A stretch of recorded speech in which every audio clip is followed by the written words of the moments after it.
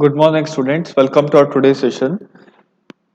This is your final module of, the last module of your financial management. So, in this module, we'll study what are dividends, why dividends are useful, and how to evaluate dividend based on different models. First of all, let's understand what the term dividend. What is a dividend? Dividend is as we all know that. Equity shareholders are the prime owners of the company, correct? They are the real owners of a particular company. Now they would have taken some amount of risk and they would have invested money for your business, correct? You have run your business successfully and you have generated profits. This profit is attributable to the shareholders because they are the owners, they are the ultimate owners. You are just, you are either the management or the financial head, correct? You are a financial manager. You have received money from the shareholders. You have run your, you have, actually made a good decisions you have taken and everything you have done. And now that end of the year, you are supposed to pay some reward to your owners, correct? You have taken their money and you have run the business. Now that you need to pay them their profits back. This portion of profits after tax and after paying all the obligations, whatever is left out, will either pay it to the shareholders or we can plow it back to the business, or it can be a mixture of both. What do you mean by mixture of both? For example, if you are left with 100 rupees per share profits after tax, correct? There is something called as the earnings available to equity shareholders, correct? In that, you actually keep aside 50% of earnings available to equity shareholders with your firm itself. You don't pay it back to the equity shareholders. You retain it with you because you foresee a better investment opportunities that are coming up. In the near future, there is a high or tremendous growth for your business. For that, you need to keep that profits back so that you will be able to invest that in elsewhere, correct? You will be able to invest it elsewhere so that your profits will also increase, correct? Instead of paying everything to the equity shareholders, you will retain some amount of money with you. So what is a dividend? Dividend is basically the amount of money that is actually paid to the shareholders as a profit, as a profit factor. Whatever you pay them back or whatever you pay to your shareholders, we call it as dividend. Now, let's see what are the determinants of dividend policy. How does a firm determine this dividend policy? I told you that it can be a mixture of both. You know, the firm can actually retain some amount of profits for the future obligations or future investments, and they can pay the rest to the equity shareholders. So, how do they decide this structure, or how do they decide this combination? That we'll study in this slide. Determinants of dividend policy. First one, dividend payout ratio. How do what is dividend payout ratio? Dividend payout ratio is the amount or the percentage of earnings that is distributed to the equity shareholders in either cash. It is generally in cash. Sorry, it is generally in cash. It is calculated by dividing the cash dividend, that is, you have something called as earnings per share. After that, you deduct retained earnings. The left out amount you divide it by number of equity shares outstanding. So you will arrive at dividend payout ratio. So there are various factors that affect your dividend payout ratio. What are they? One of them is that when I look at it from a investor perspective or investor point of view, it's like I'm earning 100 rupees. I'm having 100 rupees share in your company, correct? You are running one business and I've invested some amount of money as shares, and end of year I'm earning say 5 rupees per share. I have invested 100 rupees and I'm getting 5% dividend. Now, this year you paid me 5 rupees.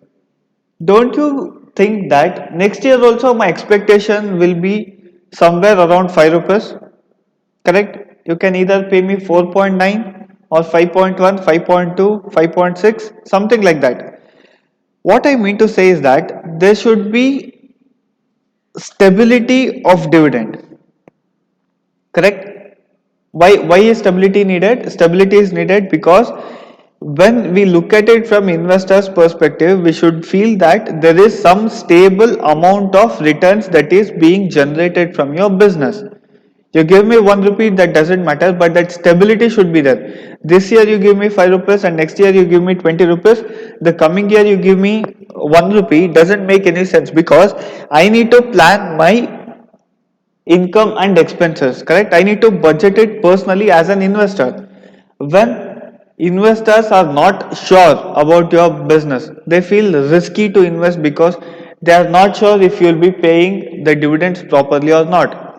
So you need to maintain stability in dividends. This year you would have made some amount of profits, and I mean you would have given the dividends to the shareholders, but coming year also you need to keep in mind that the dividend should be very much stable. It should not be how do I say that, it should not be uh, very fluctuating, right?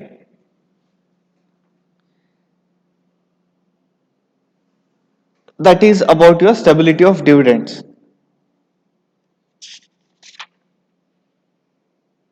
Next, coming to the instability of dividend.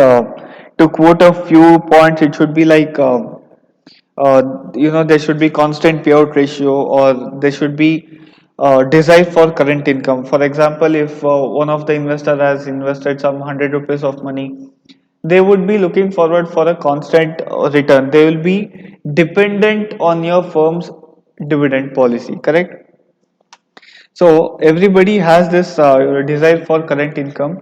Why does this current income come into picture? Because of time value of money. Next is that informational contents. With dividends and changes in dividend, it is it is like a source of information that talks about your business. If you are giving them 5% rate of return, they'll think whether to invest in your firm or not. That is also one important thing which you need to keep in mind. Also, there would be certain institutional investors, correct? Who are institutional investors? Institutional investors are like big banking institutions which actually rely on your firm's dividend payment. They would have purchased some crores of equity shares from your business, correct? They would have invested some crores of money as equity investors for your business. So, if you don't pay them on time, or if you don't give them proper dividends, their business will be greatly affected. Correct? For example, if UTI mutual fund is having stake in your business, they would have created one portfolio wherein there is a component called as equity shareholding. That equity shareholding they have purchased from your business, and if you don't pay them dividends, they will not be able to pay their mutual fund investors. Correct? It is actually a third party financial institution, correct? They would have had commitments with their mutual fund investors. They for example, Mr. X has invested 100 rupees as a mutual fund investor in UTI mutual fund. Mutual investor, that is your UTI mutual fund, has actually created one portfolio. That in that portfolio Mr. X has invested. UTI has created one portfolio wherein there are several aspects like debentures, real estate, gold, equity, and various other investments are there in their portfolio. One component is equity shareholding, wherein the equity shareholding belongs to your firm. If you don't pay them dividend, UTI will not receive dividend from you, and UTI will not be able to pay Mr. X because you did not pay them dividend. Correct? So this cycle will be there. So you need to keep in mind all these things when you are deciding on the dividend policy. Next, legal, contractual, and internal constraints and restrictions. What are legal constraints or restrictions? According to your Companies Act, there are certain restrictions like you cannot pay dividends out of your paid up share capital, right? There are so many sections which talk about payment of dividend. One under Okay, we'll go one by one. Legal, contractual, and internal. Correct. There are three aspects in this point. First, let's look at legal. What is legal? Legal is something like the law has actually stated few things which you can do and which you cannot do. There are 3 points in legal constraints. First one is capital impairment. Correct? What is capital impairment? As I told you, a firm cannot pay dividends out of its paid up capital. What is paid up capital? You have received 100 rupees per share from equity shareholders. Out of this 100 rupees, you cannot give them their dividends. This is one restriction which we have. What would happen if you pay out of your paid up capital? It would be like the reduction in capital itself. You have received 100 rupees from them. Every year if you are paying them 10 rupees, 15 rupees, the capital will get exhausted, but the profits are, you don't feel like earning the profits itself. So it is one of the very bad habit, and the legal or the your Companies Act strictly prohibits payment of dividends using paid up capital. When you are paying your capital, you need to clearly mention that out of profits you have retained so much amount of money and you have paid so much amount of money to your equity shareholders. That flow should be clearly explained. Next point is that is about capital impairment. Next is net profit. For example, a firm can pay its current dividend using the previous year's profits earned. Previous year you had earned some amount of net profit. Utilizing that, you can pay current year dividend.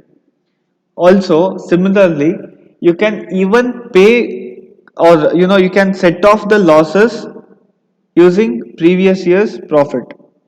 And going forward, if there was a loss in your previous year, you were not able to pay some bills or something like that, you can pay it using current year dividend. So when I talk about net profits, you need to set off with the previous year. If previous year there was certain loss, you need to pay it first and then you can pay your dividend.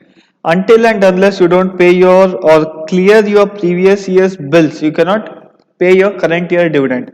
That is one thing. The last point or the third point in legal constraint is insolvency. What is insolvency? Insolvency can be quoted in two ways. First is that your liabilities increase against your assets. You have less assets, you have less assets and you have more liabilities. In those cases, you are called as insolvent. Correct. Second is that you are not able to pay your bills on time. That is your second aspect. In either aspect, you cannot pay your dividend. The firm, when it is declared insolvent, cannot pay its profits to its shareholders. Why is this? When we think about it from a common aspect or from common man's aspect, it's like, for example, Vijay Mallya is running a business. He clearly knows that his liabilities are more than his assets. However, he being a majority stakeholder, he would decide his dividend policy such a way that all the profits whichever is earned in that particular year, instead of paying the liabilities, he would keep it. He would just transfer it to his pocket. Correct? All the profits would be it would be transferred to his personal account. And it's like, first, when we talk about the priority, first you are supposed to pay your debt, then you need to pay your debentures, then you need to pay your preference shareholders, then only you can transfer dividends to your equity shareholders. However, you cannot transfer the profits to equity shareholders until and unless you are solvent. Only the solvent firms can transfer the funds or the profits to the equity shareholders. Coming to the second point, legal is done. Under legal, you have 3 points. First one is capital impairment rules. You cannot pay out of your paid up share capital. Second is net profits. Third is insolvency. Now let's move on to contractual requirements. So, in contractual requirements, a firm, for example, a firm was in a emergency situation, right? Let's assume that a firm is in a emergency um, situation, right?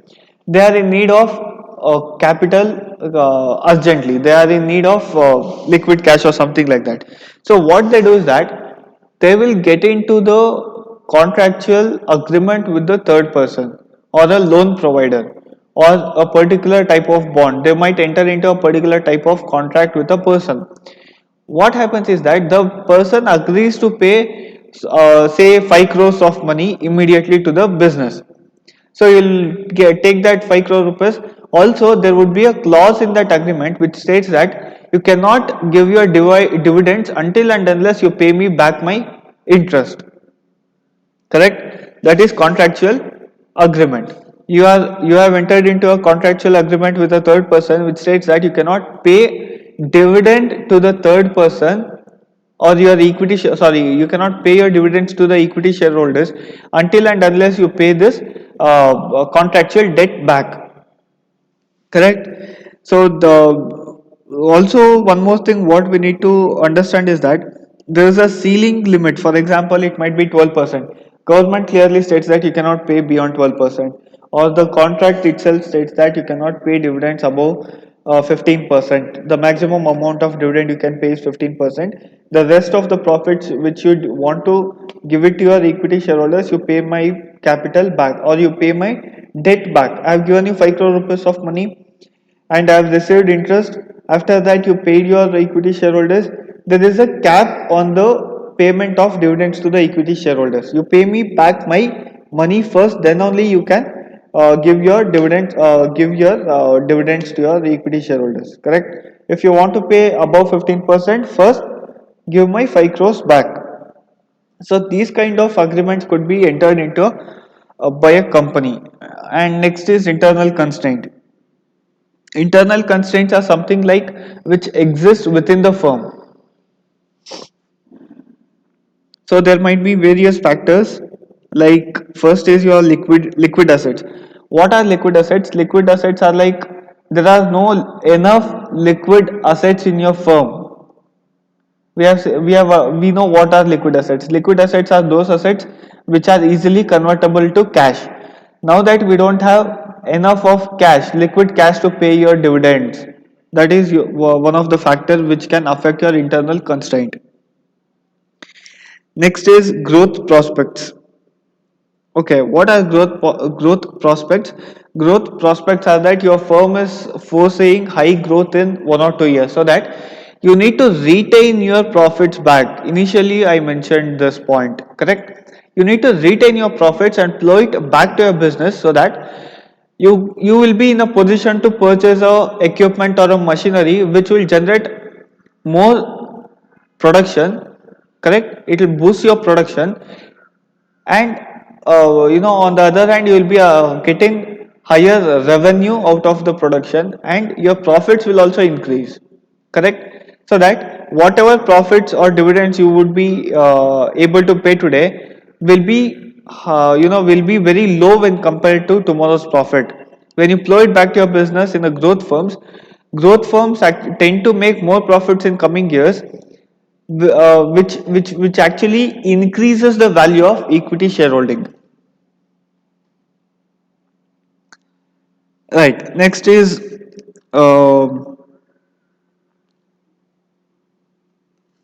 financial requirement. There might be financial requirement of a particular firm. This year there might be actual there would be a position wherein they are supposed to pay their money back to someone. For example, they would have taken some loan from a financial institution, and that loan has come to maturity and they need to pay it back, correct? That would be one of the internal constraint. Next is earning stability. Uh, in near future, if you think that you might not be able to earn well, so you need to retain these profits so that you can give it in the coming years when there are no profits. Next is control.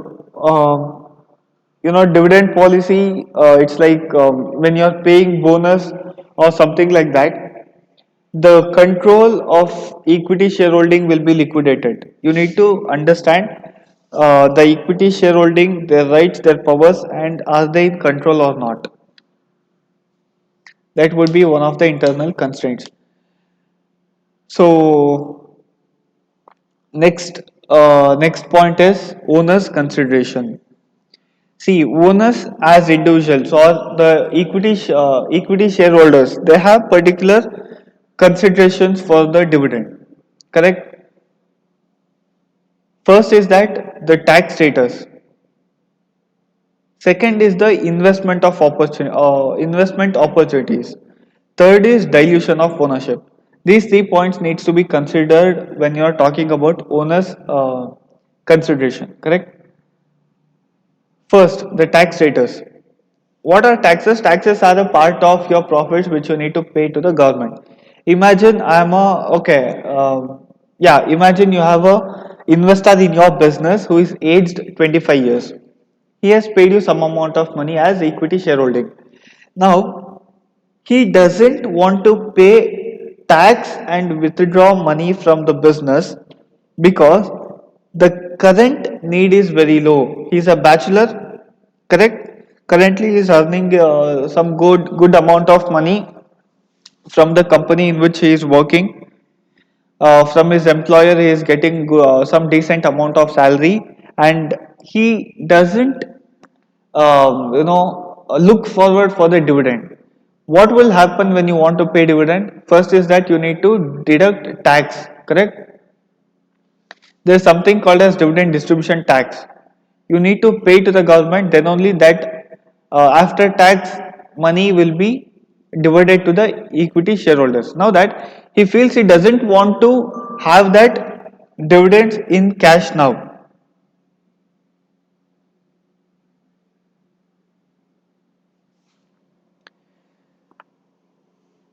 So what does he do? He tells you that, boss, I don't want any dividends as of now. After 10 years, you plow back all these profits, all these dividends which you want to give it to me, you plow it back to your business.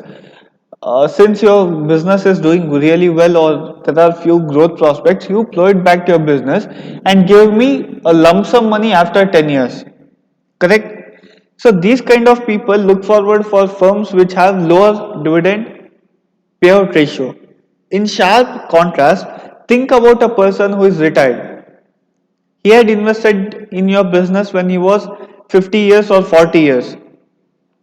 After some amount of time, now that he is retired, he is not having employment in his hand and he is dependent on your firm for dividends. You need to pay him dividends back because he needs to maintain his day to day requirement.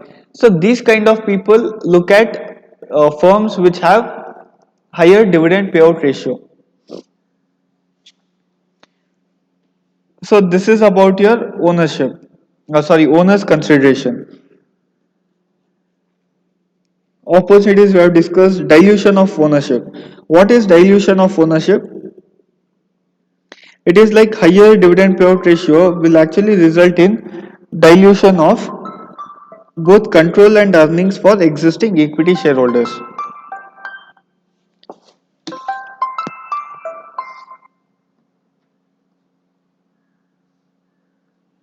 Next, there's something called as clientele effect. What is clientele effect? Clientele effect argues that different group of investors decide different level of dividend payment. It is similar to owner's consideration. You see, when we talk about owner's consideration, we talk about three things. One is tax opportunity and dilution of ownership. While coming to clientele effect, it's like different, there will be different groups or different set of investors who decide, who wants different level of dividend payout ratio. Next is capital market consideration. The firm's access to the capital market. The firm's access to capital market. For example, a firm might not be in a position to generate higher capital to the business, correct? If they are in need, they might not be, it's not very easy for them to have access to the capital market. So what they do is that they would prefer to plow back the profits, and instead of borrowing money from outsiders, they would prefer to plow back the profits and give little dividend to the shareholders as of now. That is capital market consideration. Next is inflation. Inflation, as we know, the meaning of inflation is that the price of goods and commodities keeps on increasing in the economy, correct? So if you are plowing back the profits today, what does it mean? It's like uh, the dividend payout ratio should be in absolute terms with this inflation.